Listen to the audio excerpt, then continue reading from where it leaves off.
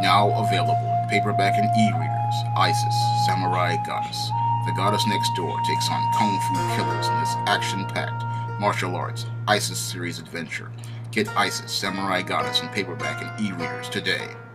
The Teenage Mutant Ninja Turtles have become the latest comic book property to become hijacked by social justice warriors. And in this new version of Teenage Mutant Ninja Turtles, Rise of the Teenage Mutant Ninja Turtles, SJWs have gone out of their way to take everything that was iconic related to the Teenage Mutant Ninja Turtles and replace it with things to fit their own agenda. Now, in the original Teenage Mutant Ninja Turtles, there were all the turtles were the same type of turtle, and the origin was they were somebody's pet turtles. They wound up falling into a sewer, and then they wound up landing in some retro mutagen ooze.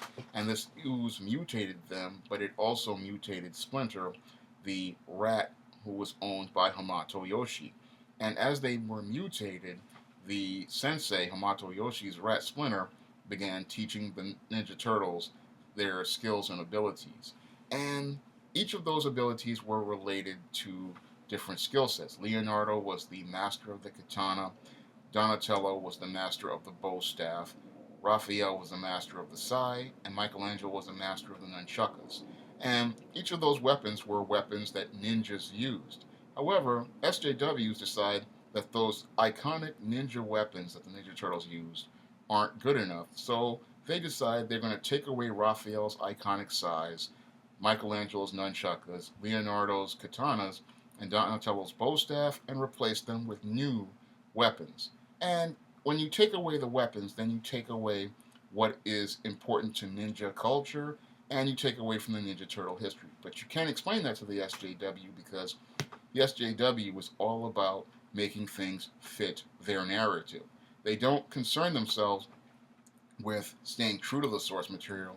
They want to change the source material, not understanding when you change the source material, then it is no longer that story.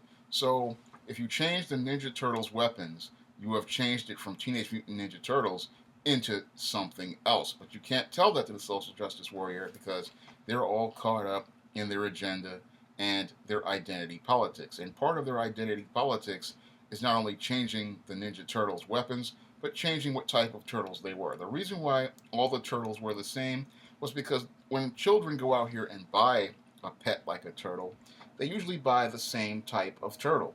But the new people, they want to come in and make all the turtles different types of turtles, all in the name of diversity.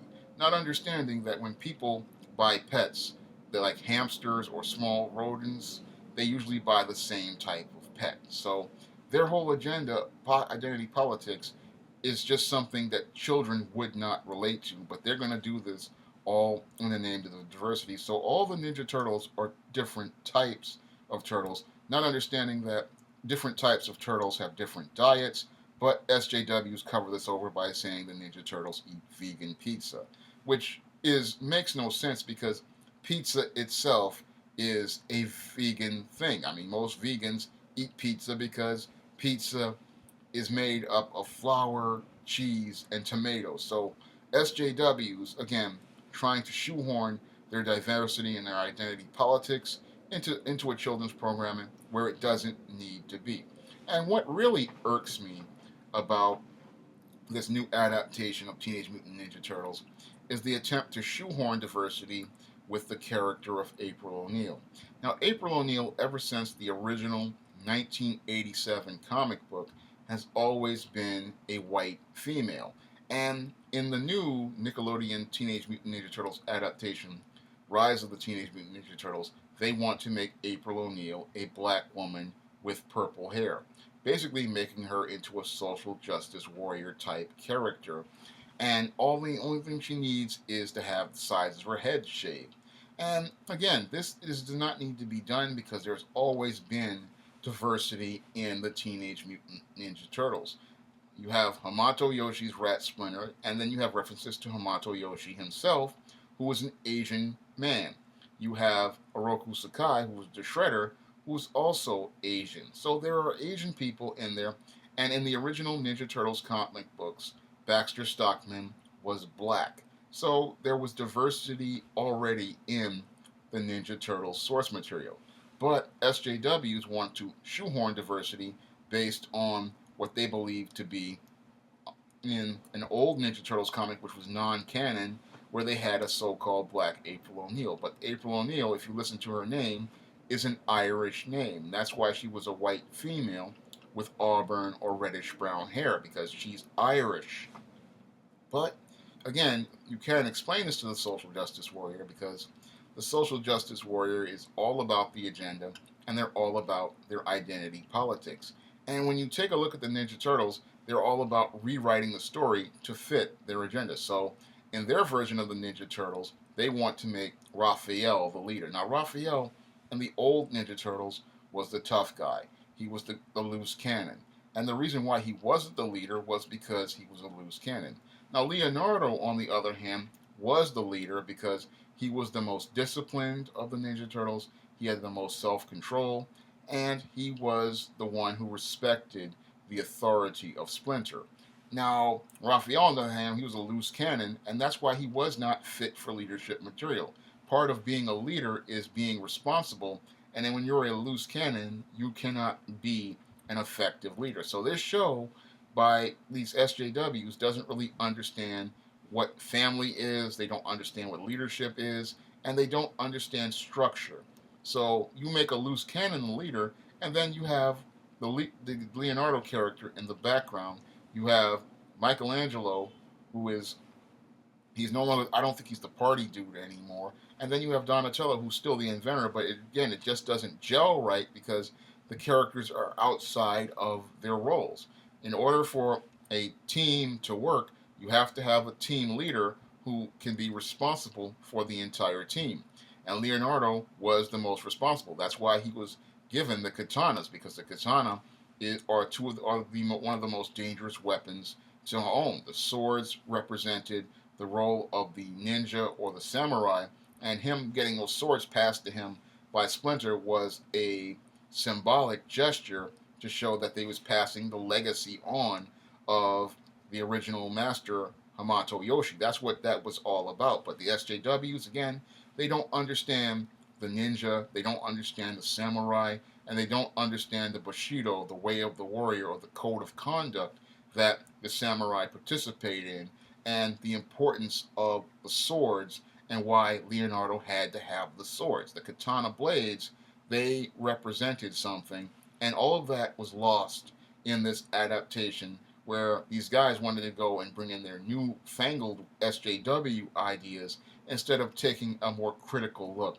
at the source material. Because when I take a critical look at the source material and understand the role of the samurai, the role of the ninja, and how they operate, I understand why each of those characters has those weapons, because those weapons are symbolic of not only what their role is, or it is also a role of who they are. Again, Leonardo was given the katana blades because he honored Splinter, he honored Hamato Yoshi, and he valued him, and he was passing it on to him as a symbol of his responsibility and his leadership. Donatello has the bow staff because he is a pacifist and he is nonviolent, and he tries to do things in the most passive way. And the bow staff is what somebody uses when they are a pacifist and nonviolent. Raphael has the sai because he's a bit of a loose cannon, and the sai allows him not to really do that much damage to people, but it is a great defensive weapon. Michelangelo has the nunchuckers because he's very free-willing and happy-go-lucky, and the nunchuckers represent that to Michelangelo's personality. So each weapon is not just a weapon, it is a part of who they are, and that's what a part of the whole ninja philosophy is. People choose weapons based not just on their martial arts skill, but it's also part of who they are. So each weapon has a role for each character. But SJWs, because they are from the outside looking in, they just want to shoehorn their agendas on people and not think about the source material or how these weapons work and how they relate to the characters. They're not really digging deep into this story of the Ninja Turtles. They want to try to change the story of the Ninja Turtles to reflect their own views. And when I take a look at their adaptation of Ninja Turtles, I believe it's going to fall flat, just like Saban's 1995 show and the Michael Bay adaptation that came to movie theaters a couple of years ago. Both of those have been vehemently rejected by many Ninja Turtle fans, and the adaptations that have stood the test of time are the '89 cartoon, the 2003 cartoon, I believe, because the 2003 cartoon is the most like the Ninja Turtle comic books from Eastman and Laird, and the recent cartoon that came a couple of years ago from Nickelodeon. But I believe Rise of the Teenage Mutant Ninja Turtles will be one of the lesser adaptations, and one of the reasons why it's going to be one of the lesser adaptations is because SJWs have come in and rewritten the story of the Ninja Turtles to reflect their identity politics.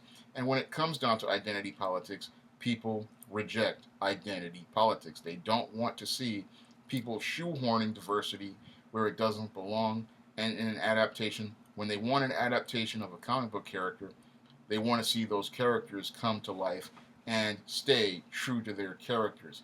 And when I look at April O'Neil, I really get offended by that Black April O'Neil because as a creator of black characters, I find it really offensive when people change a character's ethnicity all for the sake of diversity and don't respect what original creators do.